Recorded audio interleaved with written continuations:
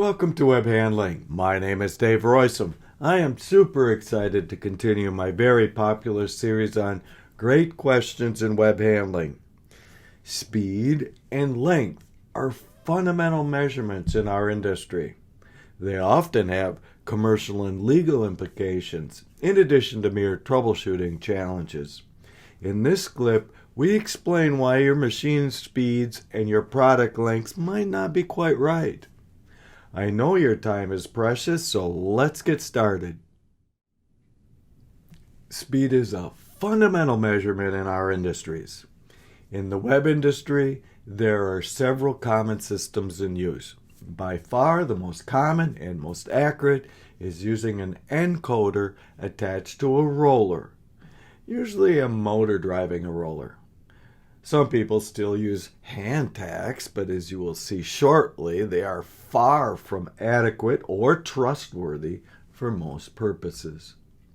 A strobe light can also be used, provided that the roller diameter is known well enough, a challenge also shared by the roller tack.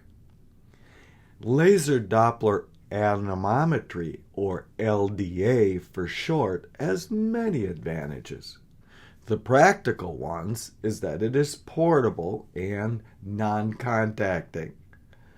However, that wouldn't be good enough if the resolution was not good enough. The good news is that it is, at least for most purposes. As I teach in troubleshooting, almost every single measurement ever invented by man is indirect. Meaning what the device says it measures is not what it actually measures. The measurement output is inferred from several factors, each of which may have one or more uncertainties associated with it. My students will never forget the Roysum rule of instrumentation, which says the more expensive it is, the less I trust it, with the corollary that I don't even trust a tape measure or a t-square. So when we consider the measurement of speed, we must look at the ingredients, which seems simple enough on the surface. That is, we need to know the speed of the motor and the diameter of the roller and some unit conversion factors. What could be more complicated about that? Well, the complication is radius. What is the effective radius of the roller system?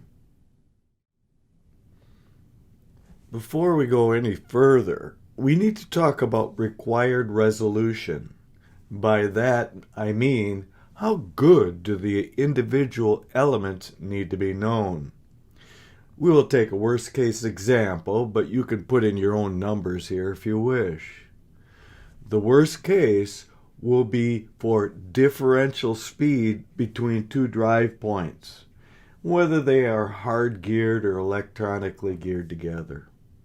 The other worst case is a stiff material which has a modulus of around, say, 1 million psi. Soft films are 1/10 of that as a point of reference. We begin by knowing the strain to failure for the web, which is about 1% for dry paper. Film can be 10 or tens of times bigger. Foil will be 1/10 of that and is thus even fussier.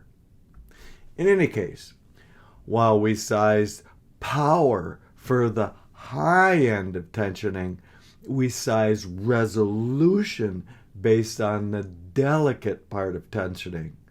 That is, my Web 101 students will recall, is perhaps 10% of the stress, or in this case, strain, to failure.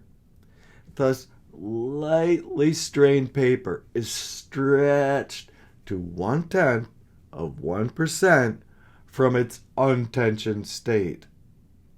To finish, all we need to do is set a minimum quality for controls. In this case, to keep things simple, let's use a maximum error of 1/10 of the mean set point. That means we need to know motor speed and roller radius to 1 part in 10,000. Before you panic, however, note that these resolutions are not always hard to achieve. Let us begin with RPM errors. You can have the wrong tach count or the wrong gearbox ratio. However, if so, the speeds will be so far off that you or someone will catch it almost immediately, and it is seldom ever a problem and never for very long. The more subtle errors come from the real world being just a bit more complicated and subtle than the simple gearing we talked about above. However, we will leave details for this and for the moment because each would take some time to discuss. What I want to focus on here is the effective diameter. This slide lists some rather simple errors, but they are quite often overlooked and can be the source of much trouble. A good micrometer in the hands of a good machinist should be able to pick them up quite easily. How this 1 part in 10,000 resolution we found in the earlier example translates to the real world is this. It is an error of 1/1000th of 1 inch on a 10-inch roller, or the equivalent in metric units. While this is small, I will say 2 things. First is that web handlers should know by now that small numbers don't mean small effects. The second is while these roller diameter measurements seem to be small, metal, though not rubber, rollers can be commercially made and measured to these tolerances if the application requires.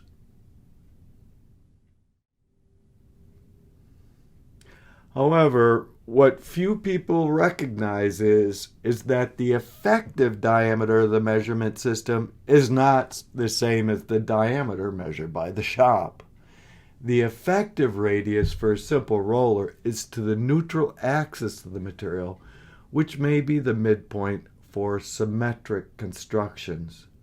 For non-symmetric constructions, you can use the equivalent beam method to find the neutral axis.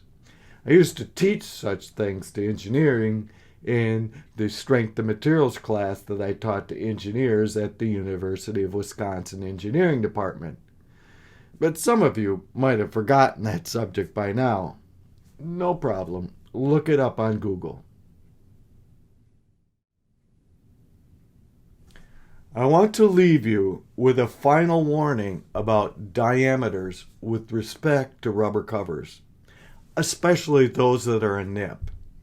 I cover that in much greater detail in our Web 101 class if you want to refer to your notes. That is, to use rubber covers in any form of speed or product length control is naive at best and dangerous at worst. Every designer should be taught that the effective diameter of rubber covers in nip is not the same as the diameter measured by the shop. The effective diameter gets larger as the nip loading increases. Worse yet, the modulus of the rubber will change with short times due to thermal transients as well as long times due to oxidation of the rubber and consequent hardening of the rubber. Every designer should be taught to meter on metal, not on rubber.